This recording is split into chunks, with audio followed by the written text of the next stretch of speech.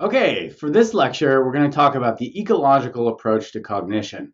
So we know what cognition is, and now we're going to talk about the ecological approach. And to introduce that, we have to understand what evolution is. And so that's what we're going to do. So we're going to talk about an evolutionary approach to understanding any trait and how you take a biological approach specifically to understand interesting behavior. So for this for this lecture, I think what's going to be most relevant is, again, to read chapter 1 and then also to take a peek at chapter 4, where we talk a lot about the issues that are dealt with in this lecture. Cognition, there's not a specific thing that is going to help you here, but of course, all of it is based on an evolutionary approach.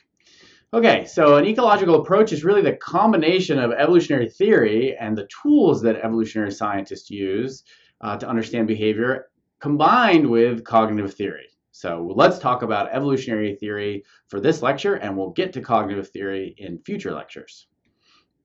So what is evolution? Well, you could define it in many, many ways, but this is really the real definition. This is the definition where if anybody says, well, what do you really mean by evolution? Well, this is it. It's very simple. It's a change in allele frequency over time.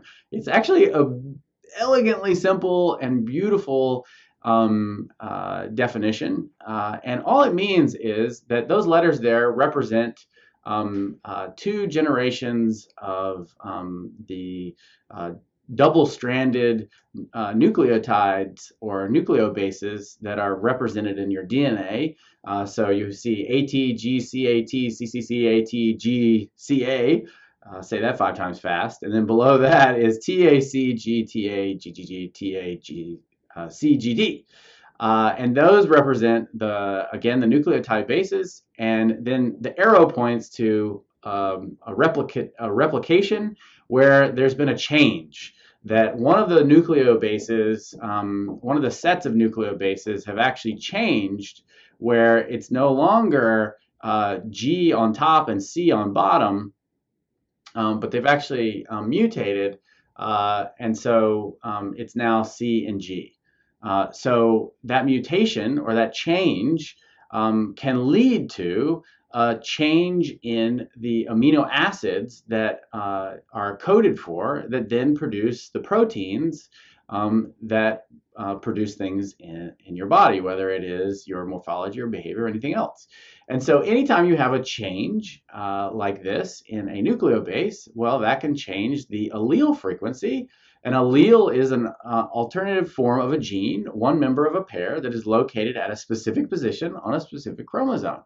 And when you have a nucleobase, this is just a nucleobase change. That's one example of how you can get an allele change, and that would be evolution. So very, very simple. You have a change of a nucleobase that changes the allele frequency in a population, and that would be evolution. Okay, so evolution simply defined, and how can we then use it to understand behavior and cognition, not just in ourselves, but in what the class is about, in dogs? Well, probably one of the most famous animal scientists or people who have studied animal cognition in history is Nico Tinbergen. He won the Nobel Prize together with 2 other scientists in 1973.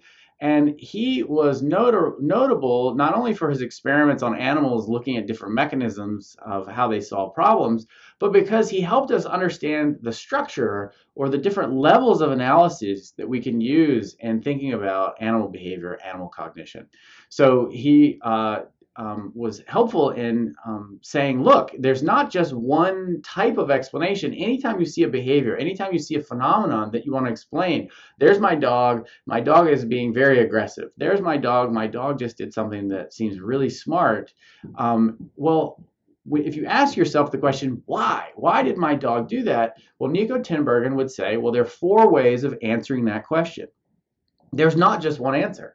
You can study the phylogeny, the ontogeny, the function, and the proximate mechanism underlying any phenomenon that is biological. So He won the Nobel Prize for this and other work, and it is an incredibly powerful way to study the biological basis of behavior. So I want to share it with you because I think it'll help you as we go forward. Okay, so let's use an example. One of my favorite examples is the lyre bird of Australia. They are incredible song artists, but you don't have to take my word for it. There are clips on YouTube where you can listen to them sing, and they are incredible at imitating and reproducing songs that they hear. And so let's use Nico Tinbergen's 4 levels of analysis to think about how lyrebirds have their song. Why is it that they sing the way that they do? So, but first, what I want to do is actually show you a lyrebird. This is a beautiful illustration of them singing. So let's roll that, and then you don't have to take my word for it. You can see exactly how amazing this phenomenon is and why we would want to try to explain it.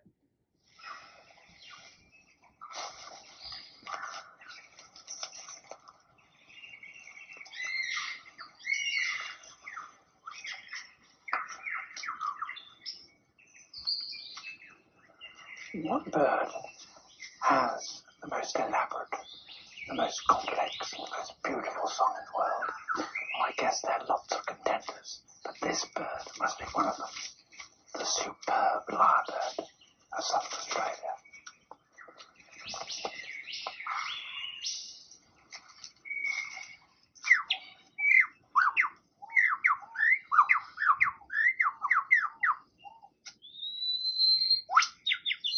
He clears a space in the forest to serve as his concert platform.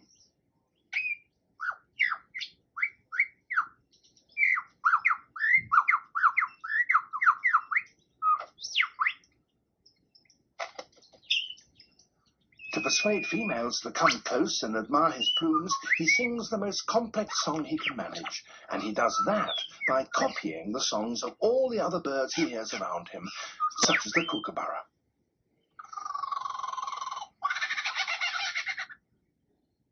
It's a very convincing impersonation.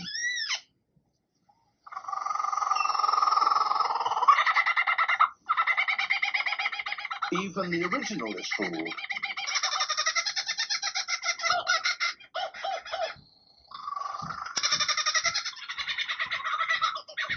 He can imitate the calls of at least 20 different species.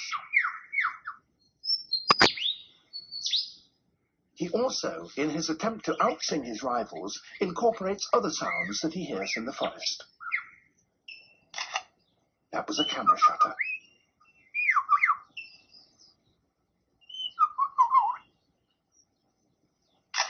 And again. And now a camera with a motor drive.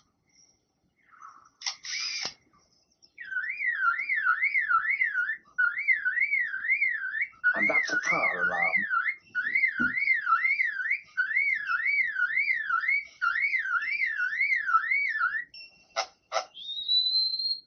And now the sounds of foresters and their chainsaws working nearby.